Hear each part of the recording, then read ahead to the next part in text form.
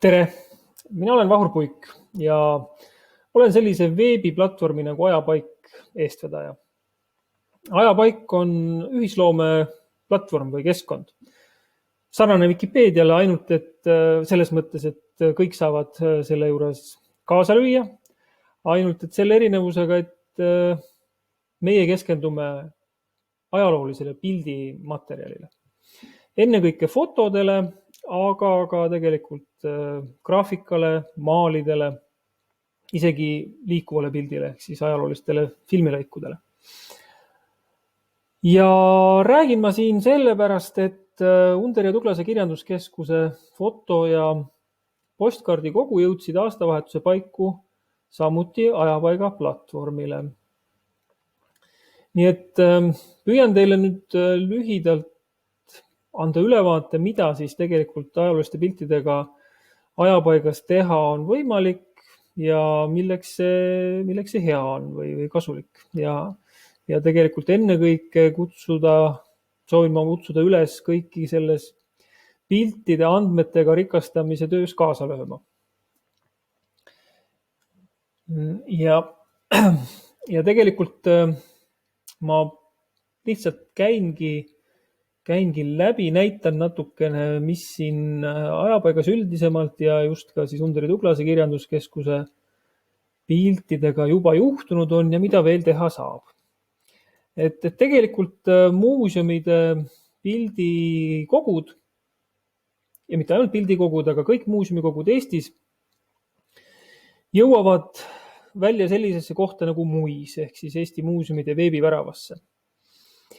Ja see on siis selline keskne niinimetatud repositoorium, kus on võimalik kõigi muuseumikogudega tutvuda, teha otsinguid ja vaadata siis ka digikujutisi, kui need juba on olemas. Ja ka näiteks muuseumikogude kaupa on siin võimalik seda ainest kuvada.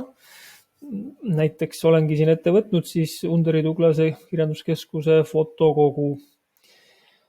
Ja MUIS esitab seda materjali meile kõike siis niiviisi sellise nagu kataloogi põhimõttel. Ja loomulikult on olemas ka otsing. Ja otsing, nagu näete, on väga paljude väljadega. Tegelikult saab neid siin veelgi juurde kuvada ja asi läheb päris keeruliseks. Ja küsimus ongi selles, et see kõige esmane probleem või ülesanne, mille lahendamiseks Ajapaik juba nüüd 10 aastat tagasi ellu sai kutsutud, on see, et tegelikult praegusel ajal kus on toimumas kultuuripärandi digiteerimine, fotode digiteerimine ja see kõik muutub ka veebis kättesaadavaks, siis seal on endiselt üks suur probleem. Nimelt kogu see pildimaterjal on otsitav ja siis ka nii-öelda leitav ennekõike ainult tekstiliste kirjelduste abil. Ehk siis kõik sõltub sellest, mis on mingisuguse pildi kohta muuseumikogus kirja pandud. Ja sellel omakorda on siis loomulikult veel hulk piiranguid ja aspekte. Esiteks alustame kas või sellest, et alati on need kirjeldused mingisuguses keeles. Eesti kogude kirjeldused loomulikult eesti keeles, aga mille peale me võib-olla kohe hoobilt ise ei mõtlegi, aga tähendab see ühtlasi siis seda, et mitte eesti keele oskajate jaoks on Eesti muuseumikogudega tutvumine palju keerulisem. Ja teiseks on piltide kirjeldused, ma räägin siin ennekõike piltidest, aga eks see kehtib nagu kõigi museaalide kohta, aga piltide puhul võib-olla veel rohkem kui mõnede teist liiki esemete või kultuuripärandi puhul on alati ka mitmes mõttes spetsiifilised, on ajastu spetsiifilised, muuseumikogu spetsiifilised, ehk siis arhitektuurimuuseum kirjeldab pilte ühel moel ja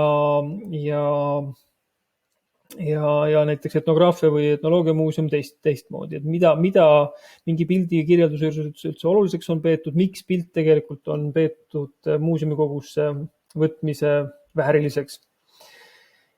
Ja siis, kui me räägime, ja rääkimata sellest, siis, et kui me vaatame siin mingisuguseid kohavaateid, siis siis kohanimed ju muutuvad aja jooksul. Paraku on see üks võimuakte alati tänavaid ümber nimetada. Nii et need kirjeldused enamasti on siis pärit sellest ajast, kui pilt on tehtud või kui pilt on muuseumi kogusse võetud ja väga sageli ei ole need kirjeldused nii-öelda kaasajastatud. Rääkimata sellest, et isegi kui kohti ümber ei nimetada, siis hoonete funktsioonid muutuvad ja asutused kolivad välja ja sisse ja nii edasi. Või siis rääkimata veel sellistest nüanssidest, et mida üldse pildi juures nagu oluliseks pildikirjelduses mainida on peetud, et selle pildi puhul on siis kirjelduses mainitud linnamüüri ja et see vaade avaneb gümnaasiumi õuelt, aga siin vaatasin ka muuseumi sealt nii-öelda muisikirje juurest läbi, kuhu ajapaigast iga pildi alt jõuab siit lingi pealt, et siin selle pildil näiteks lund või talve ei ole sõnagagi mainitud. Ja see on olnud minu viimase talve või viimase poolaasta hobi tegelikult näiteks otsida välja pilte, mis on siis lumised vaated ja neid ühte ajapaiga albumisse grupeerida ja tegelikult ongi hämmastav, et sellest nüüdseks vist juba üle 7500 pildi, mis siin või ligi 7000, üle 7800 pildi, et ma ühel hetkel vaatasin, et lund või talve on nende piltide juures mainitud ainult võib-olla kokku 1000 pildi juures. Et kas, ja kõik need ülejäänud on sellised, kus kas või nagu seegi siin, kus tegelikult seda fakti, et tegemist on lumise vaatega, mainitud ei ole. Aga hüppasin juba väga spetsiifilise nüansi juurde, aga tegelikult ajapaiga puhul esmane ülesanne, millest me alustasime, on hoopiski see, et nagu ma ka rääkisin nendest probleemist aadressidega, et tegelikult pakkuda võimalust pilte, nii, kus nad siis korraks kadusid, laevad ennast uuesti, otsida hoopiski kaardipõhiselt, asukohapõhiselt ehk siis nii-öelda maakaardi vaatest. Ja küsimus ongi selles, et kuidas meile tekivad sellised andmed, et need pildikesed, iga must siis see nii-öelda kaardinõel või nooleke tähistab ühte individuaalset pilti. Kuidas nad kõik jõuaksid sinna kaardile? Ja see on niivõrd töömahukas ülesanne, et ei ole mõeldav, et muuseumikogu hoidjad seda ise suudaksid teha. Ühelt poolt just nimelt mahu pärast, kuna fotokogud on nii suured ja teiselt poolt ka seetõttu, et ega siis muuseumikogu hoidja ei tunne kõiki neid kohti, mis piltide peal on ja ei oska neid õigesse kohta kaardile märkida.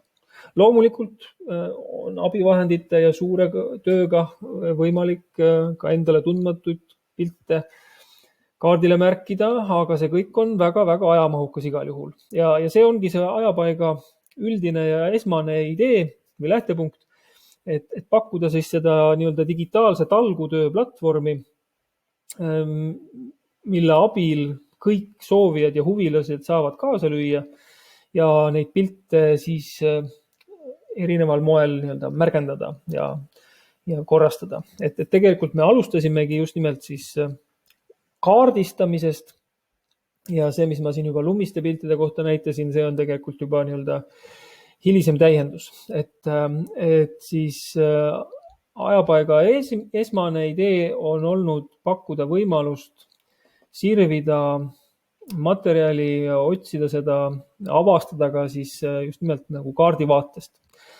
Sõltumata sellest, mis on pildi kohta pildi ametliku kirjelduse juures seal muuseumikogus märgitud. Ja tegelikult, vaatame, siin paistab üks sinine nooleke ja siis kohe sealt algusest peale teiseks ülesandeks on olnud siis niinimetatud refotograafia ehk ülepildistamine. Jällegi üsna levinud harrastus nüüdsel ajal, kus digitaalne fotograafia on nii kättesaadav ja teiselt poolt üha enam ajaloost pildimaterjali jõuab ka digikujule ja muutub veebis kättesaadavaks, siis tegelikult see, et reageerida või nii-öelda suhestuda nende vanade piltidega sellisel moel, et neid samu kohti tänasel päeval jäädvustada on hästi loomulik ja see on ka üks ülesanne või võimalus, mida me oleme ajapaiga juures algusest peale pakkunud. Ja ma nüüd vaatangi siis tulles tagasi Underi Tuglase kirjanduskeskuse kogu juurde, siis tegelikult siin on siis nüüd ka koos nii postkaardid kui fotod. Ta siin vahepeal ekraani suurusega mängides hüppas teise kohta, aga iseenesest siin on paljud postkaardid, eks ole, on USA-ga seotud ja tegelikult aga liigume siia Euroopa poole, siis näeme ka, kuidas tegelikult nagu kaardile paigutub siis see foto või ka postkaardi kogu. Et siin ma küll pean ka nüüd igaks juhuks nii-öelda täpsustuseks või õiendiks lisama, et kõik need pildid ei ole nüüd ära kaardistatud mitte juba niiviisi kasutajate abiga ja ükshaaval, vaid seda fotokogu ajapaika importides katsetasime siis ka uut lahendust, kus püüdsime siis võimalikult palju kasutada ka seda muuseumikogus olemasolevat kirjeldust ja sellest leiduvaid kohanimesid ja tekitada nende abil siis ka selline mingisugune esmane asukoha märgend. Et tegelikult siin siis paljude nende piltide puhul on need ilmselt lihtsalt, kui see on linnatäpsusega, siis lihtsalt nii-öelda linna kuhugi keskpunkti märgitud ja mitte veel päris lõplikult. Aga kui juba noolekene on näha, siis see tähendab, et keegi kasutajatest on siia oma käe külge pannud. Siin juhul siis Aivo Aia, ise suur kollektsionäär ja arhitektuuri ajaloohuviline, on täitsa vana aasta viimasel päeval selle Amieni, Tuuri katedraali pildi ära kaardistanud. Ja ühesõnaga see ongi siis, ütleme siis üks esmane ülesanne ajapaiga puhul, nagu me näeme, et tegelikult see postkaardi kogu on ju väga rahvusvaheline ja tegelikult sellist võimalust seda nii-öelda visualiseerida asukohapõhiselt praegu hetkel veel muis ei paku. Aga ütleme üks asi on lisada sinna see kaart ja vaatame korraks, kust see pilt. Ja teine asi on siis, siin on ka ilmselgelt tegemist veel praegu selle nii-öelda automaatse koha nimest tuletatud märgendiga, et tegelikult nüüd järgmine samm olekski ikkagi ka kõigile nendele piltidele nii palju kui võimalik märkida juurde täpne asukoht. Nii, ma tean, et võiksin rääkida pikalt ja nüüd hakkabki kiireks minema, et otsad kokku tõmmata. Mida veel tahaksin rõhutada, et tegelikult on siis nende ajalooliste piltidega seoses veel väga mitmeid erinevaid selliseid nii-öelda infotahke või killukesi, mis samuti loovad uusi võimalusi materjali erineval moel siis kas sorteerida või filtreerida. Et näiteks kas või selline asi, et kui me selle sama ülepildistamise kontekstis mõtleme, et kui palju näiteks mingisugusest fotokogust on pilte, mis on tehtud näiteks kuskilt kõrgemalt vaatepunktist, kas siis mingist tornist või kuskilt aknast avanevast vaatest, ja rääkimata aerofotodest. Et see on jällegi selline info, mida tegelikult praegu enamasti piltide juures ära kirjeldatud ei ole. Ja ajapaiga puhul me oleme ka selleks loonud sellise väga lihtsa sellise nii-öelda kategoriseerimisvõimaluse, et ma saangi osutada, et see pilt on tehtud kuskilt kõrgemalt punktist ja tegelikult siin on fotokogu või siis näiteks fotokogu puhul meil tekib võimalus sõeluda välja ainult sisevaated. kui need märgendid on ära loodud. Et vaikimisi me eeldame, et pildid on välisvaated, aga tegelikult enamasti või väga, väga sageli ei ole muuseumi kogus nende piltide juures märgitud, et tegemist on sisevaatega. Võib-olla koha nime puhul on seal mainitud Veljestu, eks ole, Tartus, aga kui me võtame korraks muisi lahti, et kas siin kuskil on kirjas Veljestu mardipäev Eesti-Tartu, et siit iseenesest kuskilt välja ei tule, et selle pildi puhul, et see on sisevaade. Ja nüüd peaaegu ei jõuagi rääkida, et enam, aga omaette teema, nagu näha siin nägudele tekivad sellised kastid, on siis ka see, et tegelikult tähistada ära piltidel olevad isikud. Ja siin on,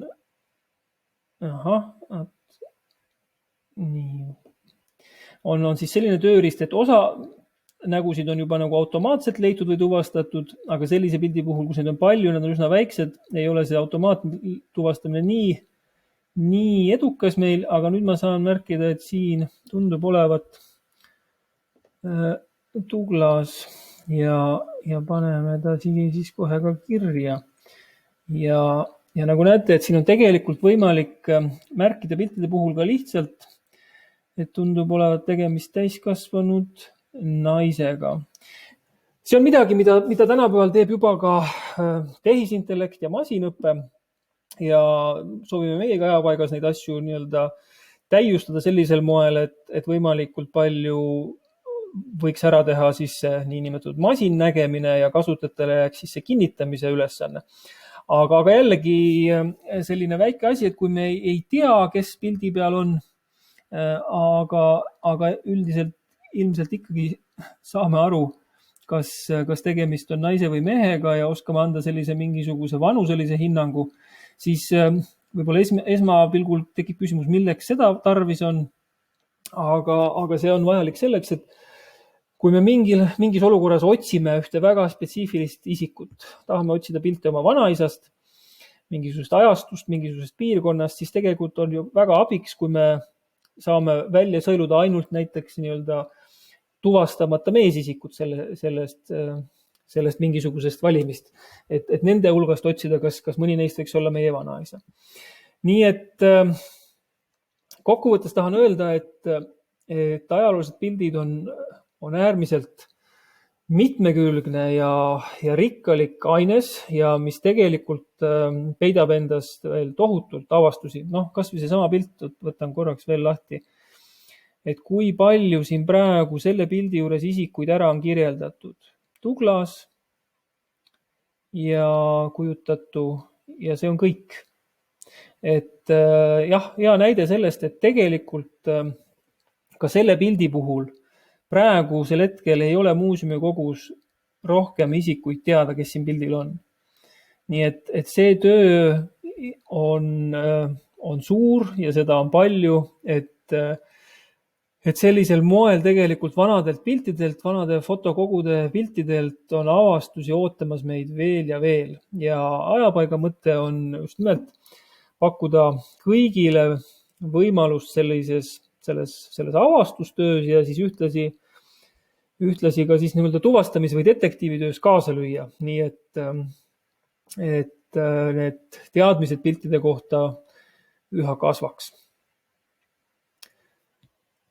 Kahjuks vist olen juba aja lõhki rääkinud, aga hea meelega vastan alati küsimustele ja ajapaika kasutades julgustan siit alt nurgast ühendust võtma, kui on küsimusi just selle platvormi kasutamise ja selliste tehniliste asjade kohta. Ma tean, et meil on palju puudusi ja kõiki asju ei pruugi olla nii lihtne üles leida, aga sellegipoolest nii üht koma teist siin juba teha on võimalik. Nii et märgin ära, et siin on üks laps, tundub, et tüdruk. Ehk siis, kui tulete ajapaika pilte vaatama, siis midagi enda jaoks otsima või lihtsalt uurima ja avastama, siis sellegi alati soovitan ühtlasi teha neid väikseid liigutusi ja omalt poolt ka paar paar killukest infot juurde lisada.